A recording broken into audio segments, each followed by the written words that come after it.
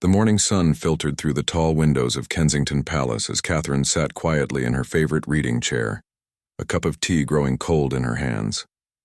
She had been staring at the same page of her book for 20 minutes, her mind wandering to the conversation she and William had shared the night before. The palace felt unusually quiet, with only the distant sounds of staff preparing for another day of royal duties echoing through the corridors. William had left early for a charity meeting, something that had become increasingly common over the past few months. Their schedules had grown more demanding, pulling them in different directions as they fulfilled their royal obligations. Catherine remembered when they used to share breakfast together every morning, discussing their plans for the day and stealing precious moments of normalcy in their extraordinary lives. The children were already at school, and the absence of their laughter made the silence even more noticeable. George had hugged his mother extra tightly that morning, as if sensing something different in the atmosphere. Charlotte had asked why her parents seemed so quiet lately, and Louis had simply looked between them with his innocent, questioning eyes. Catherine set down her tea and walked to the window overlooking the gardens. The roses William had planted for their anniversary 3 years ago were blooming beautifully, their vibrant colors a stark contrast to the heavy feeling in her heart. She thought about how they had laughed that day, getting their hands dirty together as they worked side by side, planning where each variety should go. Their relationship had always been under intense public scrutiny, but lately the pressure felt different. It wasn't the media attention or the endless speculation about their lives that troubled her. It was the growing distance between them, the way they had begun to move around each other like polite strangers sharing the same space. The previous evening's conversation had been difficult, but necessary. They had sat in William's study after putting the children to bed, finally addressing what they had both been feeling but neither had wanted to admit. The love was still there, deep and genuine, but they had both changed over the years. Their paths, once so perfectly aligned, were beginning to diverge in ways neither had anticipated. William had spoken first, his voice soft and filled with sadness. He talked about feeling pulled in too many directions, about the weight of his future responsibilities as king, and how he sometimes felt like he was losing himself in the process. Catherine had listened, understanding every word because she had been feeling something similar. She had shared her own struggles, the way she sometimes felt like she was playing a role rather than living her life, the constant public appearances, the need to always present a perfect image, the sacrifice of privacy that came with their position. They both loved their work and understood its importance, but somewhere along the way, they had begun to feel more like partners in duty than partners in life. As Catherine continued to gaze out at the garden, she remembered their wedding day, how certain they had both felt about their future together. The world had watched as they promised to support each other through everything life might bring. Neither of them had imagined that everything would include growing apart, despite their best efforts to stay connected. Their conversation had continued late into the night, with both of them acknowledging that their love had evolved into something different than what it once was. They still cared deeply for each other, still respected and admired one another, but the romantic spark that had once defined their relationship had gradually faded into a warm, familial affection. The decision they reached wasn't made lightly or in anger. There were no dramatic arguments or hurtful words. Instead, there was a quiet, mature recognition that sometimes two people can love each other deeply, while acknowledging that they may be happier apart. They talked about their children, about how to handle the transition with grace and minimal disruption to George, Charlotte, and Louis. Catherine wiped away a tear as she remembered William taking her hand as they made their decision. Even in this moment of ending, his touch was gentle and caring. They had agreed to take time to think about everything they had discussed, to make sure they were making the right choice not just for themselves but for their family. The sound of footsteps in the hallway broke Catherine from her reverie. A staff member knocked gently on the door, reminding her of her afternoon engagement at a local school. She would need to put on her public face soon to smile and engage with the children and teachers, who would be excited to meet her. The irony wasn't lost on her that she would be visiting a place focused on new beginnings, just as she and William were contemplating their own ending. 3 weeks had passed since that pivotal evening, and William found himself standing in his private office at Clarence's house, staring at a calendar filled with upcoming engagements. Each appointment represented another day of maintaining appearances, another opportunity to smile and wave while his personal world was quietly shifting beneath his feet. The decision to separate had not come easily, but with each passing day it felt more right than wrong. He and Catherine had spent hours talking through every aspect of their choice, often late at night when the children were asleep and the palace was finally quiet. They had consulted with trusted advisors not about the media implications, but about how to proceed with kindness and dignity. What surprised William most was the sense of relief he felt. For months, he had been carrying the weight of knowing that something fundamental had changed between them, but being unable to name it or address it. Now, with honesty finally on the table, he could breathe again. The love remained, but it had transformed into something more like deep friendship and mutual respect. Catherine had been remarkable throughout these difficult conversations. Her grace and maturity reminded him why he had fallen in love with her in the first place. She approached their situation with the same thoughtfulness she brought to everything else in her life, always considering the children first, then the broader implications for their families and their roles. The children had begun to notice the change in atmosphere, though they were too young to understand what it meant. George at 10 was the most perceptive, occasionally asking why his parents spent so much time in separate rooms having grown-up conversations. William and Catherine had decided to wait before explaining anything to them, wanting to be absolutely certain of their path forward first. Their families had been informed privately, and the conversations had been difficult but understanding. Both sets of parents had expressed sadness but also recognition that William and Catherine were handling the situation with remarkable maturity. There had been no blame, no dramatic confrontations, just quiet acceptance of a decision that two people had made together. The media remained unaware, though William knew that wouldn't last long. Their ability to maintain privacy around personal matters had always been limited, and eventually, someone would notice the subtle changes in their public appearances together. For now, they continued to fulfill joint engagements when necessary, and to anyone watching, they appeared to be the same devoted couple they had always been. William thought about their upcoming trip to Scotland, scheduled for the following month. They had committed to the engagement months ago and both agreed they should honor it together. It would likely be one of their last joint official appearances, and William felt a bittersweet anticipation about it. Scotland held special meaning for them both. It was where they had met at university, where their love story had truly begun. The irony of ending where they started was not lost on either of them. They had discussed it during one of their evening conversations. How fitting it seemed that their final act as a married couple in the public eye would take place in the location where they had first fallen in love as young university students. Catherine had been spending more time with her own family lately, something William encouraged. Her parents and siblings provided her with the support and normalcy she needed during this transition. The Middleton family had always been Catherine's anchor, and William was grateful that she had that stability as they navigated these uncharted waters. He had been leaning more heavily on his own support system as well, particularly his close friend from his military days who lived outside the royal bubble. These conversations, away from the formality of palace life, helped him process his feelings and gain perspective on the changes in his life. The most challenging aspect wasn't the personal adjustment, but the professional implications. William and Catherine had become a formidable team in their charitable work, each bringing different strengths to their various causes. They would need to figure out how to divide their patronages and ongoing commitments in a way that served the organizations they supported while allowing them both to pursue their individual passions. Catherine had always been particularly passionate about early childhood development and mental health initiatives.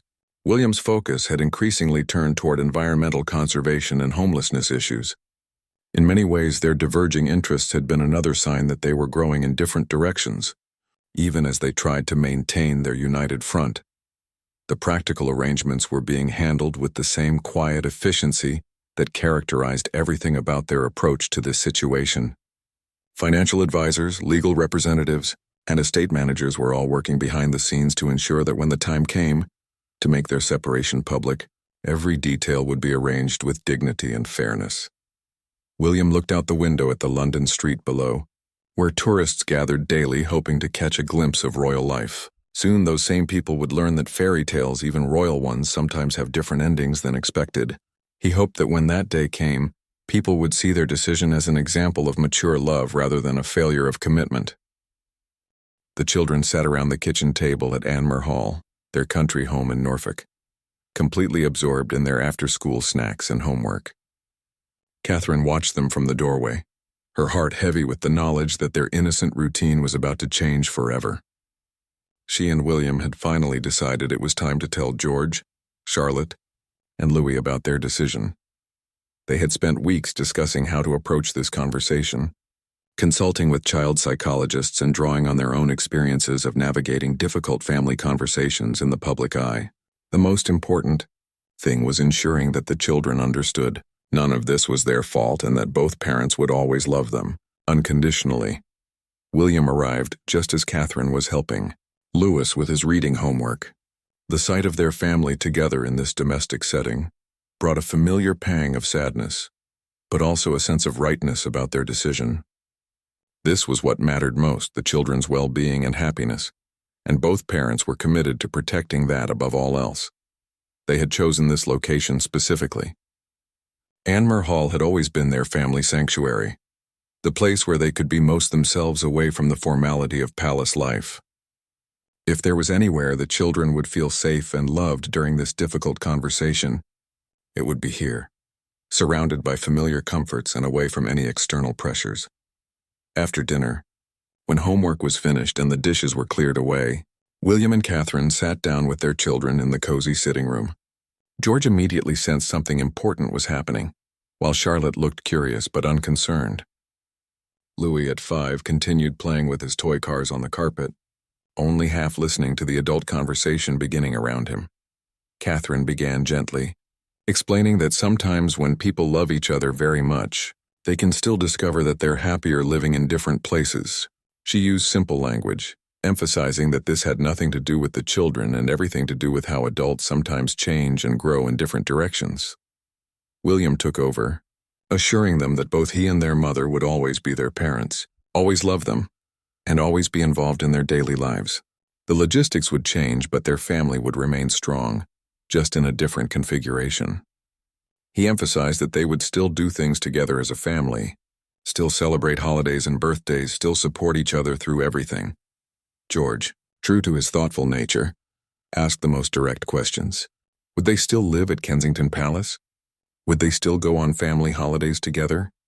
Would people write mean things about them in the newspapers? His maturity was both heartbreaking and reassuring, showing that despite his young age, he understood more about their unique circumstances than his parents sometimes realized. Charlotte's reaction was more emotional, though she tried to be brave like her mother had taught her. She asked if this meant she had done something wrong, if maybe she should have been a better daughter. Catherine immediately pulled her close, reassuring her that she was the most wonderful daughter any parent could ask for, and that sometimes these grown-up decisions had nothing to do with children at all. Louis, still young enough to accept what adults told him without questioning too deeply, seemed mainly concerned about whether this meant he would still get to see both his parents every day. When William assured him that wouldn't change significantly, at least not right away, the little boy seemed satisfied and returned to his toys. The conversation continued for over an hour, with both parents answering questions honestly but age-appropriately. They explained that they would be making an announcement to the public soon, and that there might be photographers and reporters who would want to talk about their family. The children were reminded of the strategies they had learned for dealing with media attention, and both parents promised to protect them as much as possible from any negative coverage. What struck Catherine most during this conversation was how naturally William stepped into his role as protector and comforter for their children. Even as their marriage was ending, his commitment to being an exceptional father remained unwavering. She felt grateful that whatever else changed, their children would always have two parents who put their needs first. After the children were in bed, William and Catherine sat together in the kitchen, both emotionally drained from the evening's conversation. They talked about how well the children had handled the news, better than either parent had dared to hope. There had been tears, of course, and more questions would certainly come, but the foundation had been laid with love and honesty. They discussed the practical arrangements that would need to be put in place. The children would primarily live with Catherine at Kensington Palace, but would spend regular time with William at his various residences. School routines would remain unchanged, and both parents would continue to attend important events like sports days and school plays. The upcoming public announcement felt more real now that the children knew.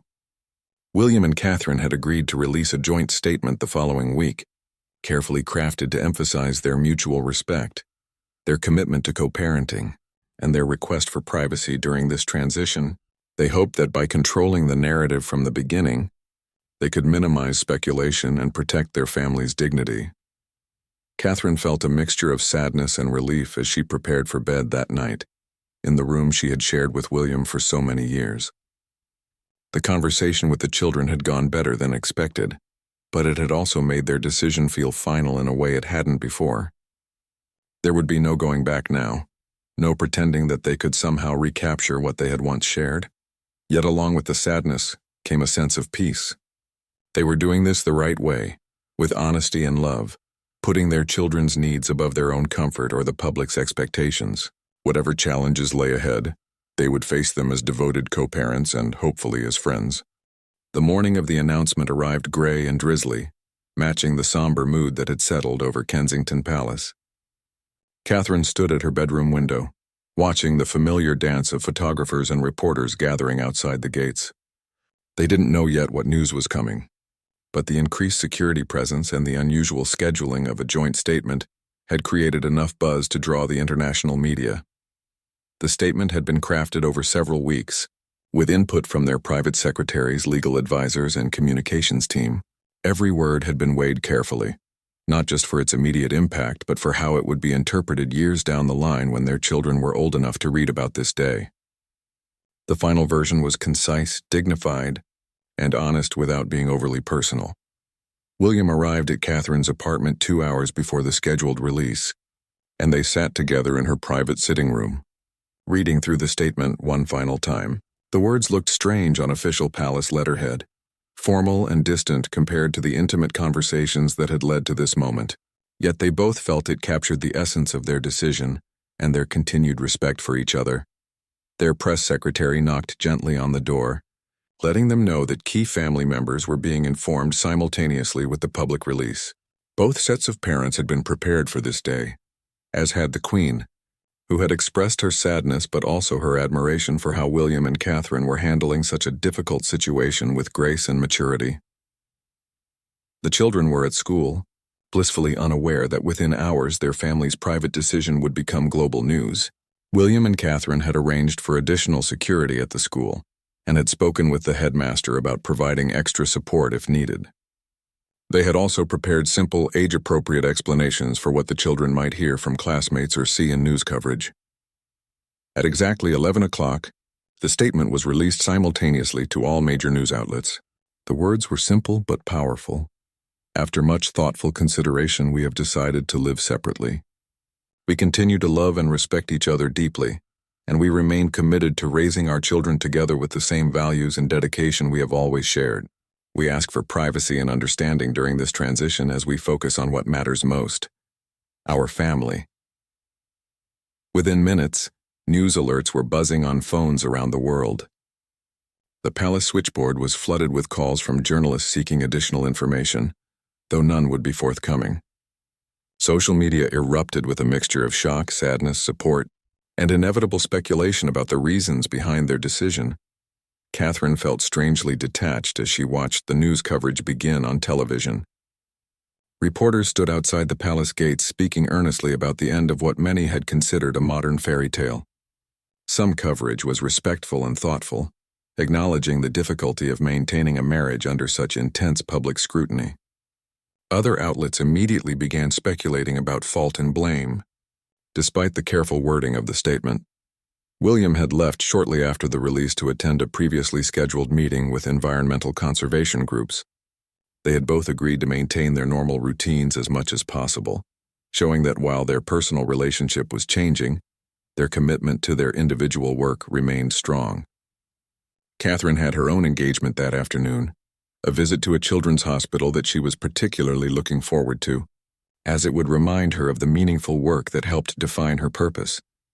The response from the public was overwhelmingly supportive, which surprised both William and Catherine.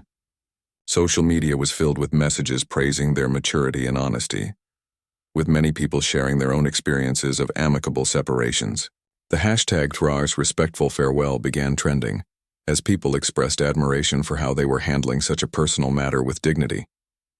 International reaction was mixed but generally respectful.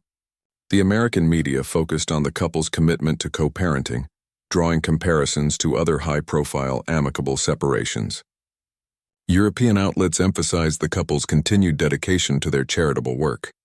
Even traditionally critical publications found little to criticize in their approach, though some speculation about the future of the monarchy was inevitable. By afternoon, both William and Catherine were receiving messages of support from friends, fellow royals, and celebrities who understood the unique pressures of living in the public eye. Many shared their own stories of relationship challenges and praised the couple for prioritizing their children's well-being above all else. The most touching responses came from the charities and organizations they supported. Many released statements expressing gratitude for their continued individual commitments and admiration for how they were handling this transition. Several mental health organizations specifically praised them for demonstrating that sometimes the most loving thing partners can do is recognize when they need to take different paths. Catherine's phone buzzed with a text from her mother. "So proud of how you and William are handling this. The children will thank you someday for putting their needs first." Similar messages arrived from her siblings and close friends, each offering support and understanding rather than questions or judgment. As evening fell, both William and Catherine were back at Kensington Palace, preparing for the children's return from school. They had agreed to have dinner together as a family, to answer any questions that might arise from what the children had heard during their day, and to reinforce that, despite what the world now knew, their family unit remained strong. The first day of their public separation was drawing to a close, and both felt a mixture of exhaustion and relief. The hardest part, telling the children and making the announcement, was behind them. Now came the longer, more complex task of building their new normal, while maintaining the dignity and grace that had characterized their approach from the beginning. Outside the palace gates, the crowd of photographers was finally beginning to thin as darkness fell. Tomorrow would bring fresh challenges and continued media attention. But for tonight, William and Catherine could focus on what mattered most, being present for their children and supporting each other through this transition, with the same kindness and respect that had defined their relationship from the beginning. 6 months had passed since the announcement, and Catherine was learning to navigate her new reality as a single parent in one of the world's most scrutinized families. The initial media frenzy had settled into a more manageable routine of respectful coverage, though photographers still followed her movements with keen interest, looking for signs of how she was coping with her changed circumstances. The children had adapted better than either parent had dared hope. George had initially struggled with the attention at school, where classmates asked endless questions about his parents' separation. However, with support from both William and Catherine, he had developed confident responses that protected his privacy while acknowledging the situation honestly. Charlotte had thrown herself into her activities with renewed vigor, perhaps using busyness as a way to cope with the emotional complexity of her family's changes. Louis, with the resilience of childhood, had adjusted most easily of all. He accepted the new routine of spending time between his parents' homes with the adaptability that 5-year-olds possessed. His biggest concern seemed to be ensuring that his favorite stuffed animal made the journey between residences. And both parents had learned to text each other reminders about treasured toys in school, projects that needed to travel. Catherine's daily routine had evolved into something that felt sustainable and even energizing. Her mornings were her own before the children woke up, allowing her to exercise, meditate, or simply enjoy a cup of tea in peaceful silence. She had forgotten how much she valued those quiet moments of solitude, something that had been rare during the busiest years of her marriage. Her charitable work had taken on new depth and meaning. Without the need to coordinate schedules and joint appearances with William, Catherine found herself able to dive deeper into causes she was passionate about. Her early childhood development initiative had expanded significantly, and she was spending more hands-on time with the children and families her program served. The freedom to make decisions about her work without consultation felt both liberating and occasionally overwhelming. For so many years, every major decision had been made jointly, considering both their individual interests and their combined impact. Now Catherine was rediscovering her own voice and her own instincts about where to focus her energy and influence. William remained a constant presence in their children's lives, just as he had promised. Their co-parenting relationship had settled into a rhythm that worked for everyone involved. They communicated regularly about school events, health appointments, and behavioral concerns, approaching these conversations with the same mutual respect that had characterized their separation. Sunday dinners had become a weekly tradition, with the entire family gathering at Anmer Hall when schedules permitted. These meals felt different from their married dinners, less burdened by the unspoken tensions that had characterized their final months together. The children seemed to enjoy having both parents' undivided attention, and William and Catherine found they could enjoy each other's company again without the pressure of romantic expectations. The most surprising development for Catherine was how much she enjoyed the independence. She could make spontaneous decisions about weekend activities with the children without checking another adult's calendar. She could redecorate her spaces according to her own tastes. She could accept invitations to events that interested her without considering whether they fit into a joint schedule. Her relationship with her own family had deepened during this transition. Her parents and siblings had provided unwavering support, offering practical help with childcare and emotional support during the more difficult moments. Catherine found herself appreciating her family's stability and normalcy more than ever, using their home in Berkshire as a retreat when royal life felt overwhelming. The public response had continued to be largely positive, with many people expressing admiration for how both William and Catherine were handling their separation. Social media was filled with supportive messages, and several prominent figures had spoken publicly about their respect for the couple's mature approach to ending their marriage. Dating was not something Catherine had even considered yet, though friends had begun to hint that eventually she might want to explore new relationships. The idea felt foreign after so many years with William, and she was content focusing on her children and her work. The freedom to consider her own romantic future entirely on her own timeline was another unexpected gift of independence. Professional opportunities had begun to emerge that excited Catherine in ways she hadn't anticipated.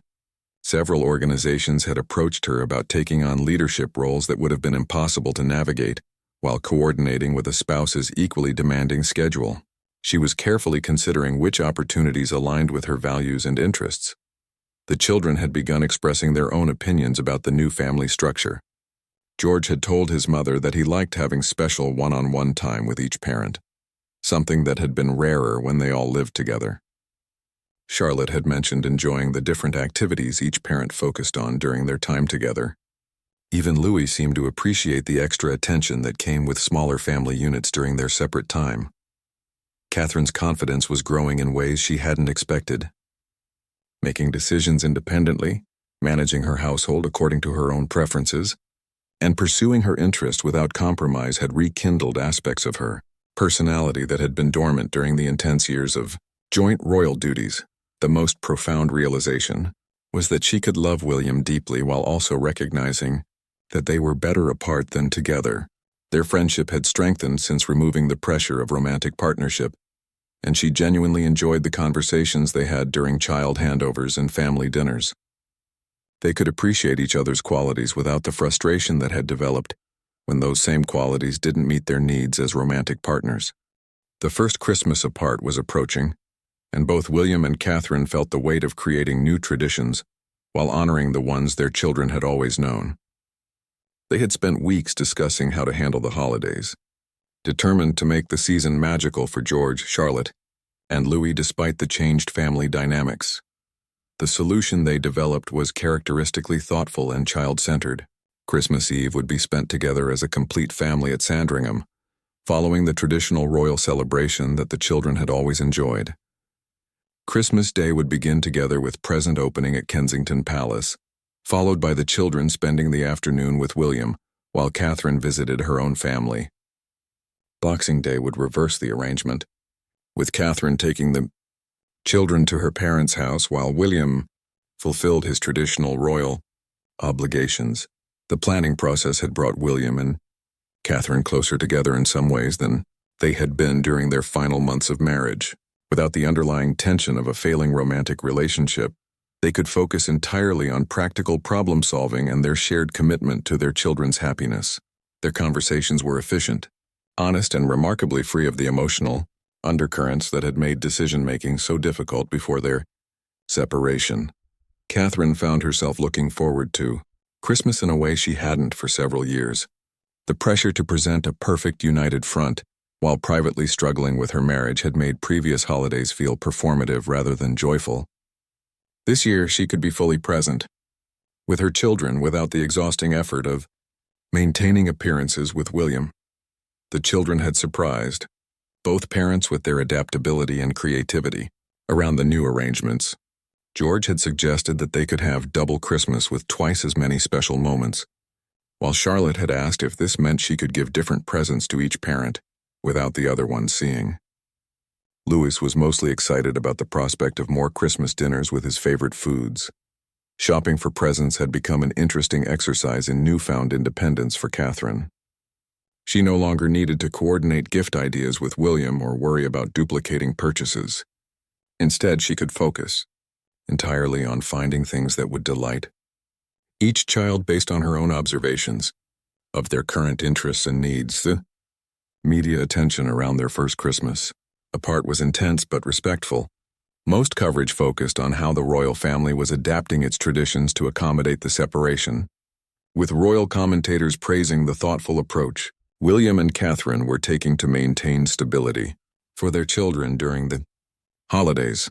Catherine had received hundreds of letters from members of the public sharing their own experiences of navigating holidays after separation or divorce. Many expressed gratitude for the example she and William were setting, showing that families could change shape while maintaining love and respect. Some letters came from children whose parents had separated, thanking Catherine for showing that divorce didn't have to mean losing family traditions or happiness.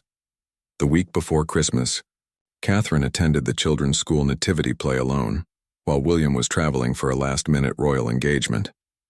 Sitting in the audience surrounded by other families, she felt a moment of sadness about William missing Charlotte's solo performance, but also a sense of pride in her ability to be fully present for this important moment.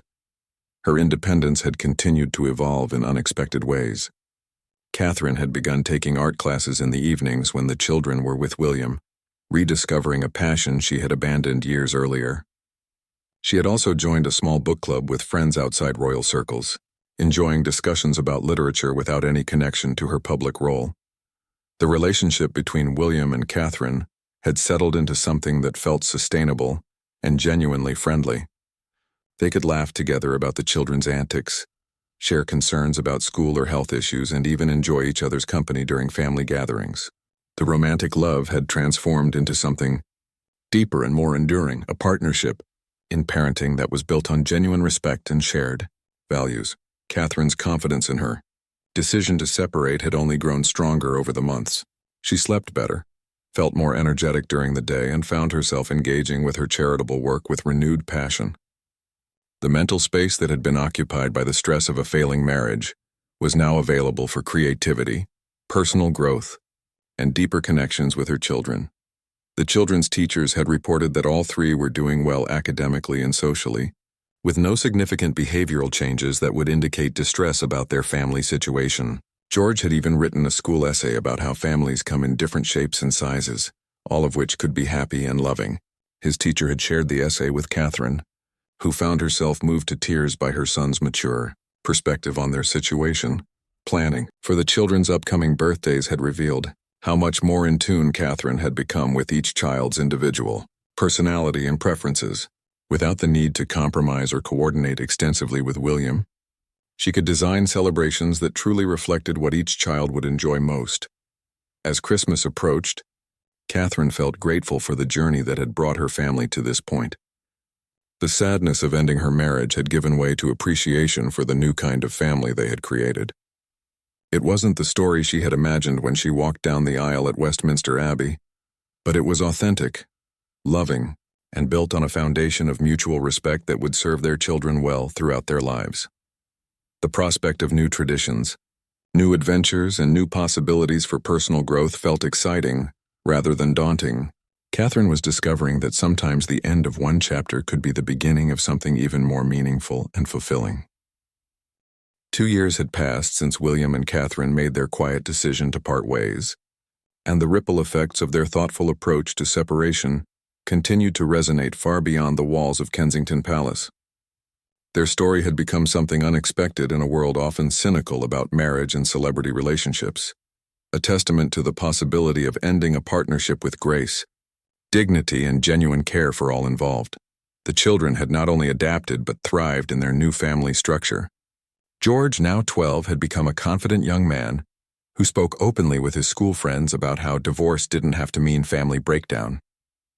His emotional intelligence and maturity impressed teachers and family friends alike, clearly reflecting the stable, loving environment both his parents had worked to maintain throughout the transition.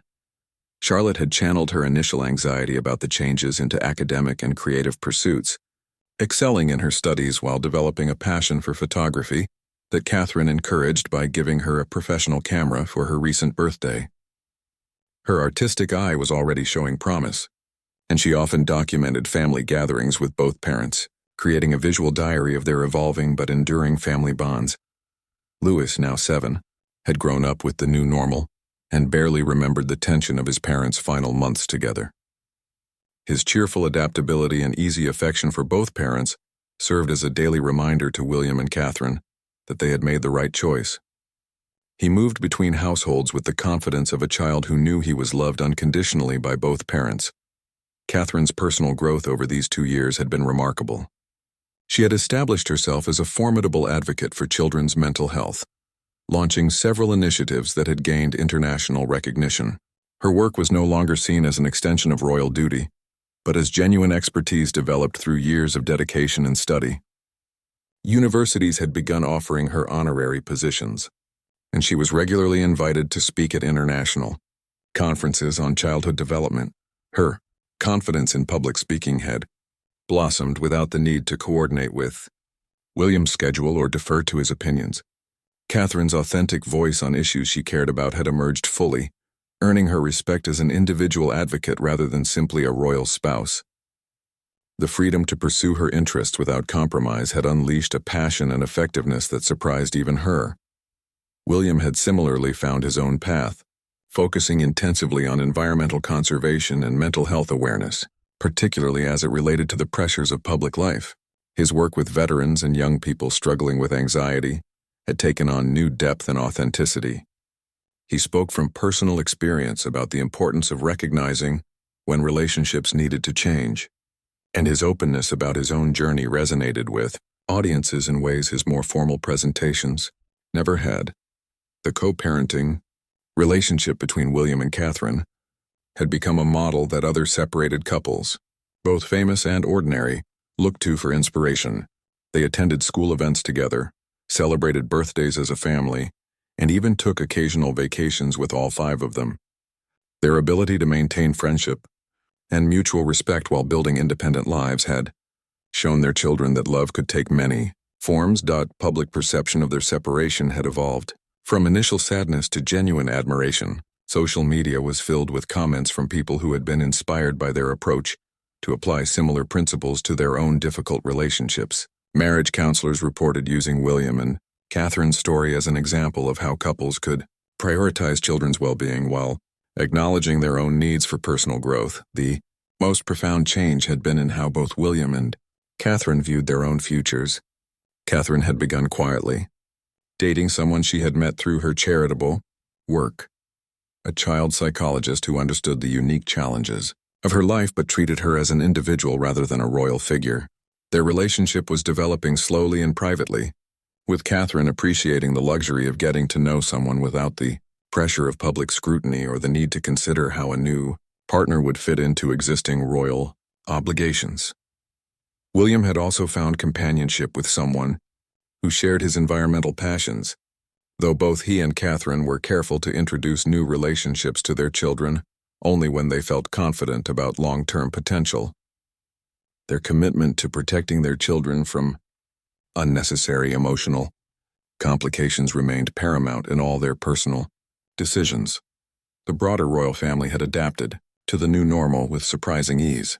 The Queen had expressed private admiration for how William and Catherine had handled their separation, noting that their approach had actually strengthened public respect for the monarchy by showing its members as real people dealing with real challenges. Other royal couples had reportedly sought their advice when facing their own relationship difficulties. International media coverage had shifted from speculation about failure to celebration of success. Major publications had written feature articles about the new model of royal separation, with experts praising how William and Catherine had rewritten the narrative around high-profile divorce. Their story had become a case study in business schools and psychology programs about handling public relations crises with integrity and authenticity. The legal and financial aspects of their separation had been finalized with the same discretion that had characterized every aspect of their process. Both had maintained their royal titles and responsibilities, with their charitable patronages redistributed in ways that played to their individual strengths and interests. The children's inheritance and future roles within the royal family remained unchanged, providing them with the security and continuity that had always been paramount. As Catherine stood in her private sitting room on a quiet Sunday evening, watching the children play in the garden while William helped Louis with a school project nearby, she felt a deep sense of gratitude for the journey they had all taken together. The sadness of ending her marriage had long since given way to appreciation for the authentic, loving family they had created from the pieces of their original structure. Their story had moved millions not because it was a fairy tale, but because it was real. It showed that love could evolve, that families could change shape while maintaining their core bonds, and that sometimes the most courageous thing, too, people could do was acknowledge when their path together needed to become two separate paths that occasionally crossed. The quiet parting that had begun with difficult conversations in palace sitting rooms had become a public demonstration of how to handle life's inevitable changes with grace, honesty, and unwavering commitment to what mattered most. William and Catherine had given their children, and the watching world, a gift more valuable than any fairy tale ending. They had shown that real love sometimes meant letting go, and that happy endings could look different than anyone expected while still being genuinely, deeply happy.